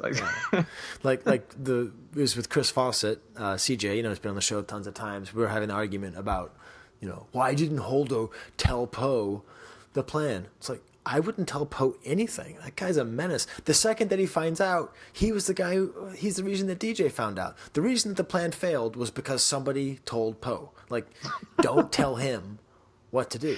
Anyway, and then same thing with Tommy. Just like, it's just fun arguing with friends. Yes. All right. So who's your winner here? So my winner that's not in the movie is the Emperor. Oh, okay. So he was on my question mark. Yes, there's so many question marks, Steve. That's really what this is about. Yeah. Okay. Please, I mean, you're an Emperor guy, so please do explain. He's just a winner because there is no follow up to him. There's nobody else who did what he did. Like, that's true. Snoke. Yeah. I remember reading someone saying, "Oh, he's got to be bigger and badder than the Emperor because that's how these things work." I hate that. No. He wasn't. He was just a gimpy dude with bad posture, who. I mean, I like Snoke a lot. I mean, I do too. I love Snoke. I'm upset that he is. I'm happy for the narrative function that he was killed. Yeah. Mm-hmm. But somebody who likes creepy old wrinkly evil dudes, I was very upset. I could see that kind of bumming you out a little bit on that front. But at the same time, it kind of does preserve the Emperor's legacy there as the guy who actually did it. Right, and it's in a way like the killing of the past, which is another one of the themes of the movie, which, by the way, the movie has like 7 or 8 really deep themes that go simultaneously and feed off of each other. Again, whenever I hear people arguing about it being a poorly written movie, I'm like, you could not like what he did, but there's so many things that are, you know, themes of mentorship and themes of failure, and then, you know, in this case, the theme of killing the past. Like, yeah, right. The Emperor past could be killed without having to kill the Emperor. So he maintains the world's most ultimate manipulator that there's ever been and ever will be. Mm-hmm. So that's why I put Emperor as the number 4 winner. But really, Chewie should have been ahead of him. I don't know what I was thinking. Yeah. Restraint, Skye. Get back on track. Okay, number 3 is the winner and loser. These guys happen to be categorized in the cool guy category. Cool guy. Okay. Do you want to hear winner or loser first, Steve? Let's go loser. Stormtroopers. Yep. Stormtroopers were as useless as Nien Nunb in this movie. You know what? I think they actually, in terms of like singled out Stormtroopers, they had about the same amount of screen time. Like, wasn't that kind of weird that they didn't do anything? No, they put handcuffs on the crew Rey, in that one shot, and then or on Rey, right? And then they have their little pseudo execution scene with those 2 guys, but that's it. I mean, nothing. I mean, I have never seen. There's never been a Star Wars movie where Stormtroopers have been. I mean, you have to go back to Phantom Menace to see less Stormtroopers, okay? Yes. So, yeah, and I kind of like it because you didn't need them. No, I wasn't sitting there saying, hey, where's Poochie? You know, it made sense that there weren't Stormtroopers. But at the end of the movie, I just realized, who cares? So I think you know who that makes as the number 3 winner, Steve. It's the same. I'm guessing the same pairing that I had, which has got to be the Emperor's Royal Guard. Yes. Yeah. And this could be number 1, because there's many hard and fast Star Wars rules that Rian Johnson was not afraid to break, and for most of them, 50% of the world said yes, and 50% of the world said no. The tradition of having the Royal Guard do diddly squat was completely smashed by Rian Johnson, and nobody is complaining. There isn't a single person out there going, I liked, because do you remember in the prequels how they just stood there and then Yoda threw them over the place? And then you remember in the original trilogy how they stood there and then they disappeared behind an elevator? You know? Like, they actually do something. And it's, I don't know, is that the best scene in the movie, Steve? Maybe. You know, I when I first saw it, I had been kind of freaked out up until that point. And when that scene happened, for a moment, I definitely got put in a different mental place that kind of, you know, it was just different. It blew me away that first time I saw it. I'd say, you know, in terms of action, that scene it's really difficult to argue against it. But action and emotion at the same time. And emotion, yeah, yeah. The whole combination of that, you know, whatever it was, a couple minutes of what goes on. It is, to the Reylo thing, right? What the throne room scene was to Luke and Vader. You know, it's actually really funny because I ended up seeing the movie with my ex-wife because I have a lot of disagreements with her, but Star Wars is not one of them. And she's like, she didn't care that much about Kylo Ren and Rey being together. But after seeing that, she was just like, I am so into this storyline. And I am too. It's a great love story. It is so great, and it's so complex. You know what I mean? It's It's not cheesy. I don't think it's really been done before. It's not like, you know, West Side Story. You know, it's a really complicated like sense of longing and belonging and all that. Very very unique. And this is kind of like something I keep thinking about with this movie. And at first I was kind of scared by it, but I've come to really appreciate it. I think you mentioned it before, but how far and fast this movie pushes things. I mean, it is going at breakneck speed in terms of the story. And when it got to that point, and we're only, I don't know, there was still a good chunk of the movie left when that happened. And I don't know, I like that it's not afraid of just pressing fast forward in a way. And it's funny because definitely my least favorite part was all the stuff on the casino planet. But it only takes like 5 minutes, you know? I mean, it doesn't take that much time, and people talk about it being useless. It's sort of useless, I guess. It's not. Again, it's like it's not of any major consequence to me in terms of my enjoyment of the movie. Right, like that's I liked the pod race, but I didn't always like the pod race, and when I didn't like the pod race.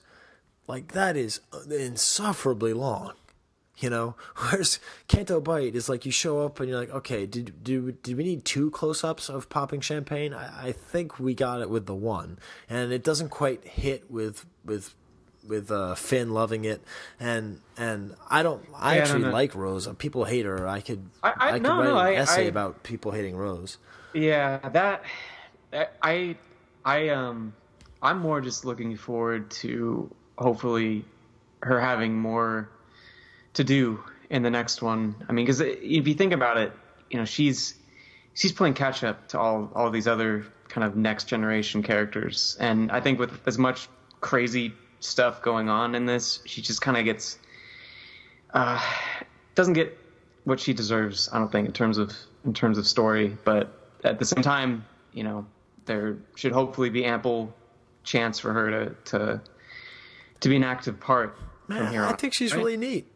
Yeah, no, I mean, she saves Finn because he would have killed himself, and the whole point of the stupid movie is that you don't need dead heroes, you need leaders, and Finn's a leader, and she saves him, right? Yeah. So first of all, you have a great thing there, and then she's starstruck when she meets him, and and everyone angry, but then she immediately zaps him because she's a person who believes in her conviction. Yeah, that first scene with her, I think it was clearly, to me, it was the best, which is a bummer because, you know, you have a lot of stuff that they go with after that. But I thought that she was introduced so well, and I don't know. I mean, I think it's kind of unfair the way that she's being looked at. You know? Yeah, and wait, see, was it on this podcast I made the point about Paige? Her sister? Not yet. No. No. I think she's going to be the Boba Fett of this trilogy. She is the coolest thing. Yeah. I want to know.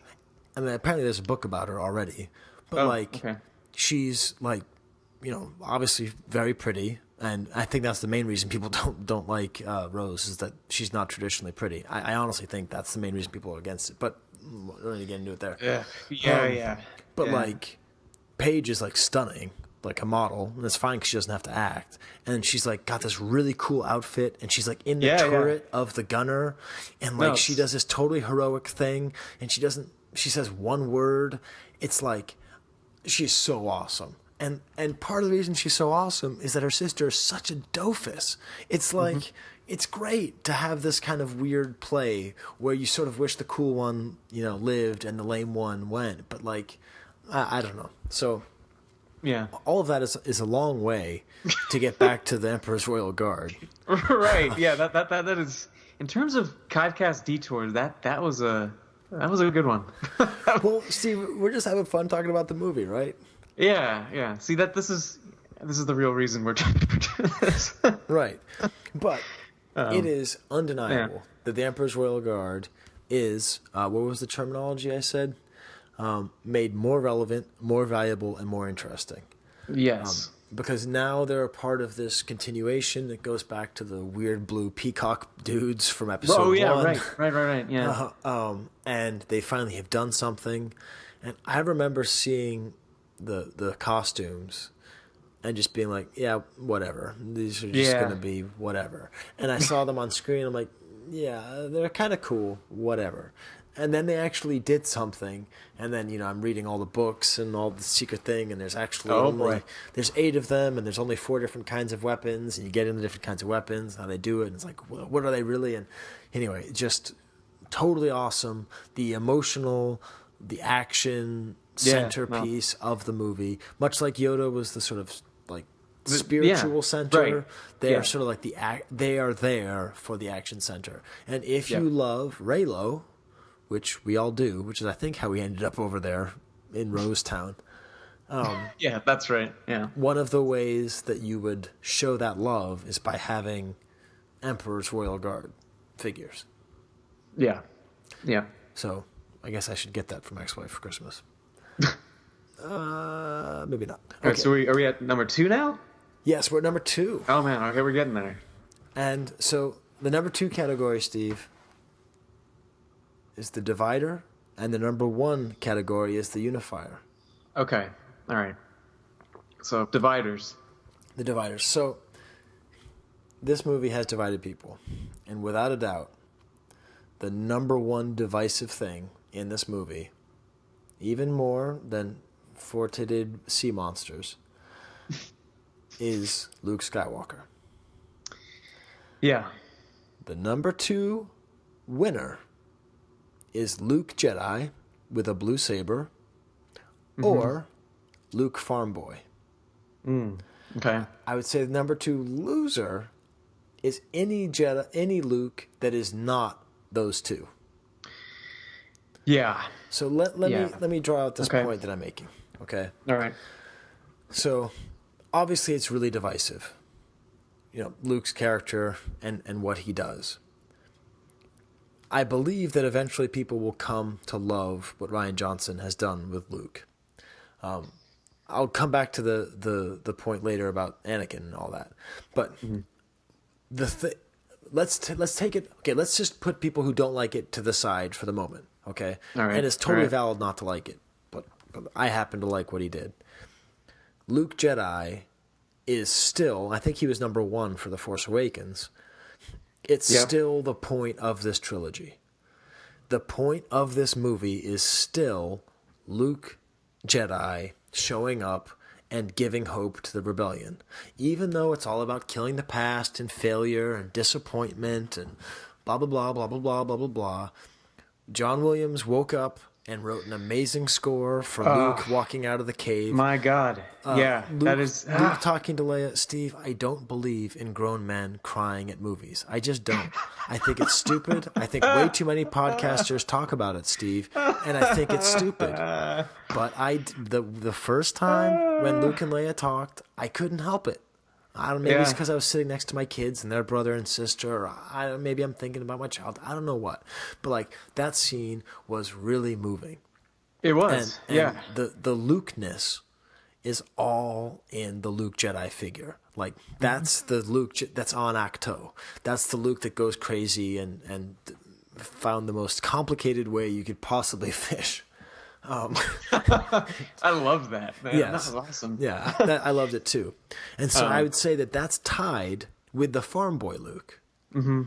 Because the way that he died, staring at the twin suns, and of course it was metaphorical, that ties back to episode 4. Of course, it also ties back to episode 3. All of you prequel haters may forget that. That was his introduction to the Lars family, was at sunset. But that trajectory of Luke from farm boy to Jedi is encapsulated in those two figures. Yeah. And I think that makes the other Luke figures just less interesting. It doesn't mean that they're not interesting at all. And of course, Luke Bespin is great and Luke Poncho is wonderful. I'm not just trying to hit Tommy where it hurts. Because he collects Luke Poncho, right? Or is it Leia Poncho? Yeah, no, it's Luke, yeah. Right. Is it? Right, okay. See, now I've punched him where it hurts. Oh, it's terrible. We'll get you back on in April, Tommy. I think that the other ones just become a little bit less important because Luke, the legend, and Luke, the Jedi Master, is more important than Luke, the sort of action hero of the original trilogy. Yeah, the X-Wing pilot. Right. Yeah. So that's my point. What do you think of that, Steve?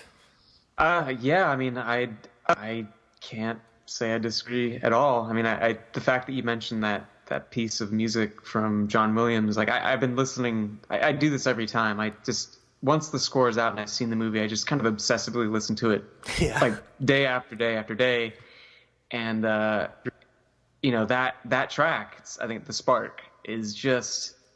Like, that is what I love so much about this movie. That track pretty much speaks to it. We really are clicking today, Steve. This is great. I don't know, what is going on? I started off trashing the B-Wing pilot, and yet we're getting along together. Let's see, we do the same thing. We listen to the soundtrack just nonstop in the car. And I'm still at the point where I'm generally disappointed in the soundtrack. So am I. But I was that way about The Force Awakens for about a month. And I love The Force Awakens soundtrack now. I don't think it's going to reach those heights. Because there's just not enough new material. And the main new theme was for Rose and Finn. And that's still my least favorite storyline. Yeah.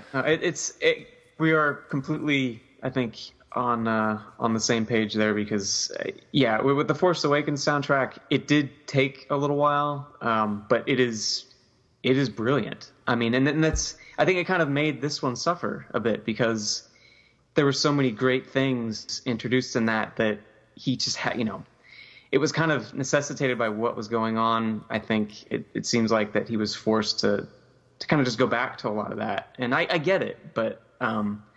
It would have been nice. It's counterbalanced by things like a Snoke theme. Sure, right. But then Snoke didn't last too long, so I guess. I mean, we're really off the rails. But I think what this ended up doing was it ended up having to use a lot of the Force Awakens soundtrack. Right. Yeah. And it ended up being like.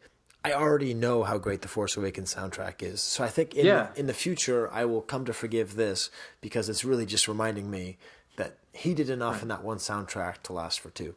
But anyway. Yeah. So that's, I understand about the divisiveness of Luke. So the thought I had about what Lucas did with Anakin is what Rian Johnson did with Luke. It's very similar because when you heard they were going to make a movie about young Anakin Skywalker, everybody wanted to think he was going to be this little twisted teenager killing frogs and becoming a badass and doing all these things and like, oh, he's going to be like young Darth Vader and he's going to be so cool and he's going to have the suit and all this.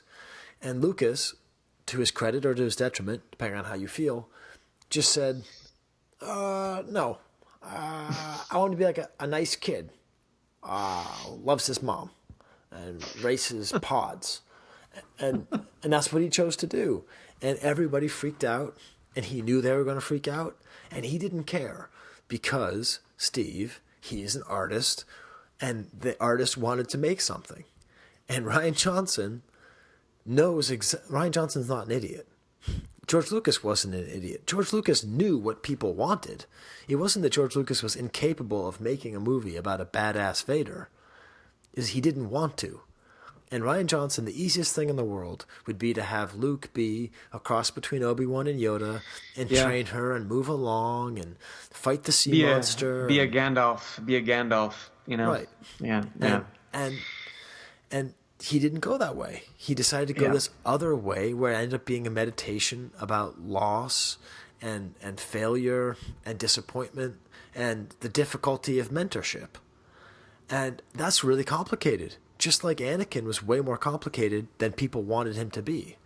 So, I don't know. That's my main beef with people complaining about this movie. I see a lot of people who make these fakakta mixes of Mark Hamill complaining about... Oh, yeah. I'd seen one of those. Yeah, there's two or three of these videos of Mark Hamill complaining about Rian Johnson's take on Luke. Mark Hamill... Okay, he is a hammer, and Rian Johnson had to build a house. So it's like, I understand that I love Mark Hamill. I love him. He's a great actor. But his opinion of his character doesn't matter at all. Yeah. It's irrelevant. Now, if he's a good actor, he'll be able to handle it, and I think he did. Yeah. But, the idea that this means something, that people show Mark Hamill looking old and sad. Yeah, I'm just going to go off on a little bit of a rant here, okay? I could sense that one coming, so... First of all, Mark Hamill eventually came around to liking the script. And maybe he didn't. Maybe he was just lying for Disney. In which case, that's okay, all right? Maybe David Prowse didn't like what George Lucas did with Jake Lloyd. But do we care about what David Prowse thinks? You know what I'm saying? Like maybe maybe Billy D. Williams didn't like becoming a good guy in Return of the Jedi. Are we supposed to interview him and think about what it means? Okay, no. And this is the other thing. Mark Hamill, my theory is that he has emphysema. Okay? If you look at him, he has a really hard time breathing. I've known people who have emphysema or COPD. It makes it really hard to breathe. This dude is working really hard. He has a really hard time breathing. And so they show these pictures of him at press conferences, and he looks kind of out of it and tired. It's like, man, the dude is I think, secretly having an illness that he's trying to go through, and people are looking at it like, oh, look, he hates Rian Johnson. Okay.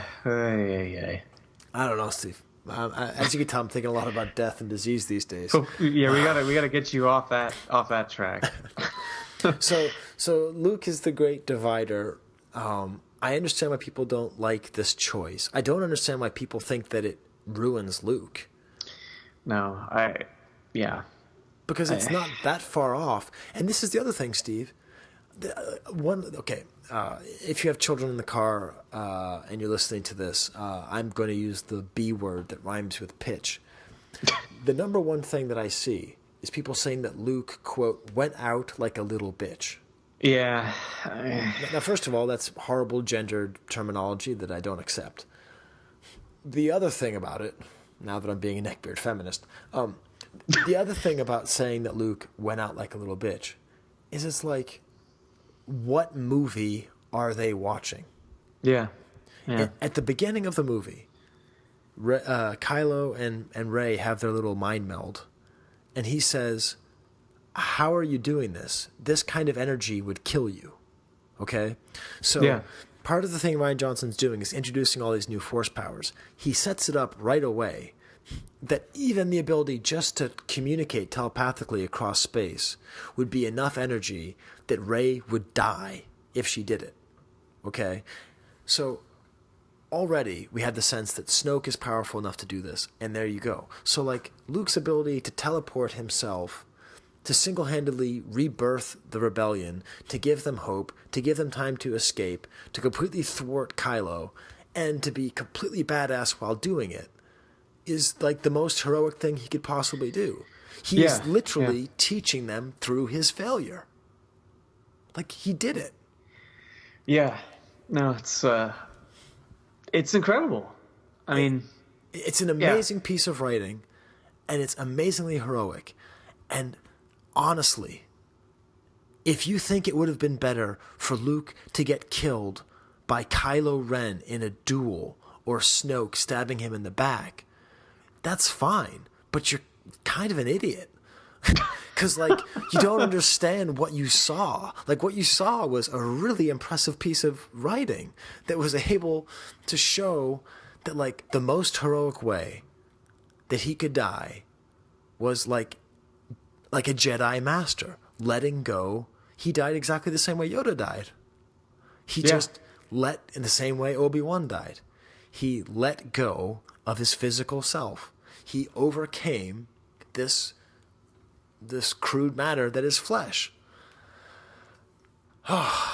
Anyway, I hope I go out like a little bitch, if that's what it is to go out like that. Okay, that's way cooler than getting killed after just murdering 15,000 Nazi robots. Anyway, yeah. So that's Luke the Great Divider. Yeah, I'm on your side on that one too. I mean, I know this might be a boring podcast to the people that hate it, but you know.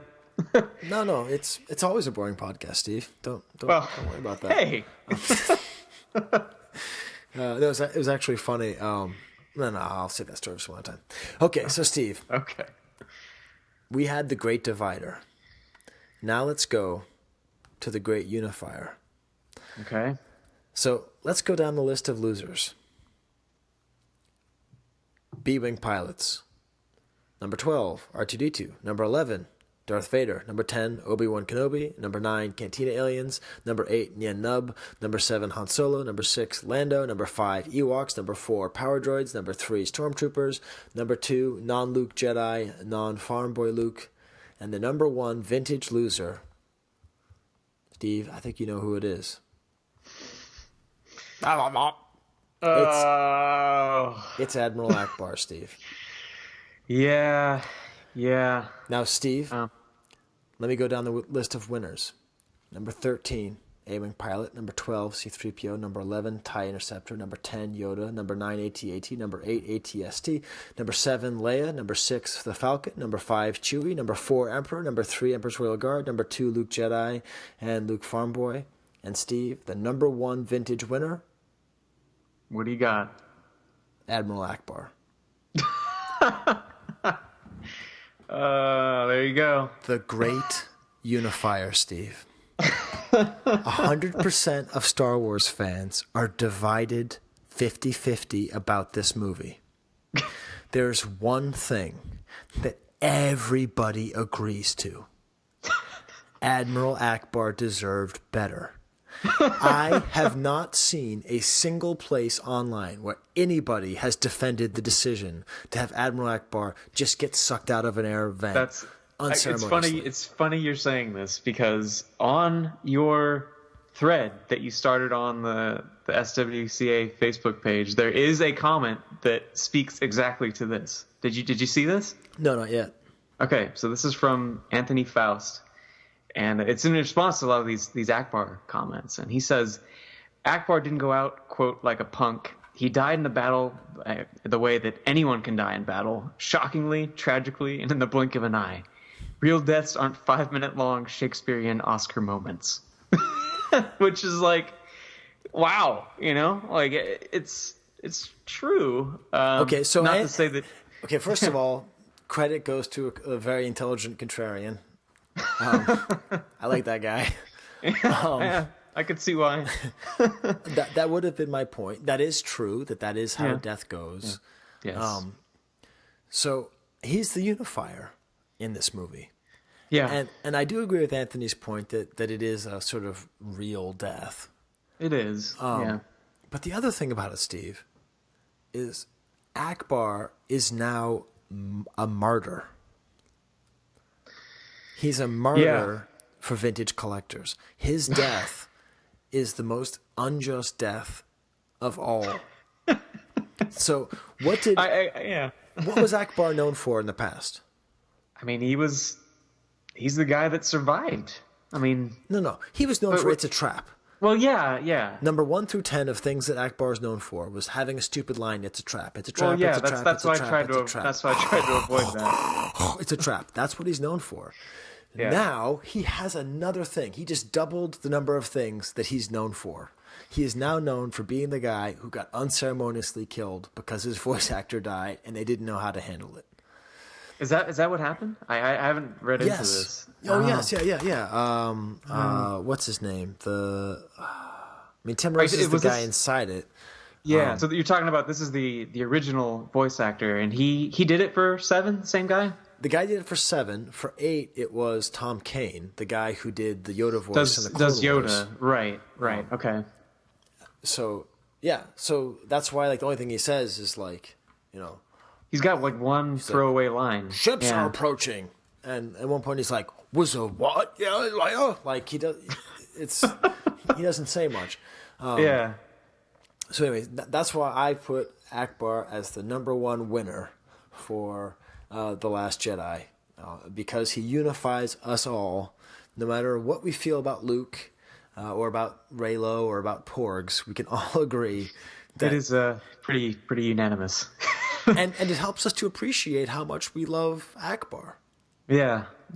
Because that really upset us. It did. It was pretty upsetting. But you gotta let go. You do. Sometimes you gotta kill the past. But not Akbar. No. Well, I'm just waiting for the Robot Chicken where they have him flying out and then him doing the Leia thing, and there's gotta be tons of great stuff. Oh yeah. Oh boy. All right, Steve. So it's been an hour and 45 minutes. Yeah. Hey, when you say you got a lot of Skye thoughts coming, I think that's pretty good. I keep it under 2 hours. How about we rank my thoughts? No. Do you have any other? So, Steve, did you like the movie? I did. I think we basically share the same position on most fronts. The one thing that really, and it doesn't, obviously we've talked about this, it doesn't really kill it for me, but just the split between pacing of that kind of middle section with the subplots. The subplots in this movie just, at times they don't seem like they're on the same temporal scale in terms of urgency. So I think that the space chase and the the casino thing are interesting on their own as separate pieces, but I couldn't buy into the way they were working together so much. Right. I don't know if it threw you off in the same way. It just, after 2 viewings, I still felt the same about that. Whereas the other stuff that was shocking and just kind of hitting you over the head, that really changed the second time. That was the one thing that still stayed the same for me in terms of reading it. But no, I thought I wasn't expecting it to be so divisive, but we'll see what happens in a few years, I guess. It's interesting. It's given us plenty to talk about, so in that sense, it's good. Well, the number one thing I say about the prequels, the reason this is divisive is because it's like the prequels, and the way that it's like the prequels is that it's the work of an artist, and so it's not the work of a committee. Yeah, it's just not. I don't know how it's not. Seriously, the analogy that I developed for watching this movie is the first time you watch the movie is like jumping into a very, very cold body of water. Yeah. If you ever like swam near a glacier or something like that, Right, yeah. You are so cold, you don't know what's going to happen. And you have to wait a second. Sometimes the water is so cold that you can't swim. Like, you'll get hypothermia, so you have to get out. Sometimes you realize, oh, actually, my body's getting used to it. And then you have the most wonderful swim, and you're there, and you see the mountain, and it's clear water, and you're totally fine, and your body gets used to it. So the second viewing was where I realized, oh, I can swim here. Like, I can handle these differences. It's okay. They don't have the montage. I can deal with the fact that he said big ass, which I think was an intentional callback to I'll See You in Hell. I think he tried to have one shocking swear in the movie. But anyways. Right. Yeah. Like, that was where I kind of felt that way. So I was able to understand the artistry of it a lot more the second time. And then definitely more the third time. And I think that's why it's going to be divisive, because we finally have a George Lucas back. We have somebody who does what he wants to do, and if you don't like it, then you have a punching bag, and that's Rian Johnson. It is true about the editing. It's weird because in some ways the editing is staggering. Like in the beginning, there's this whole sequence of introduction of one character to the next. So it's like there's the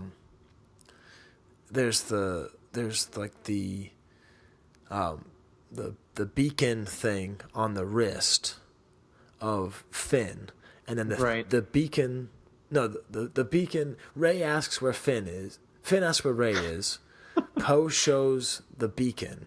The beacon then goes to Rey. Rey then goes to talk to Luke.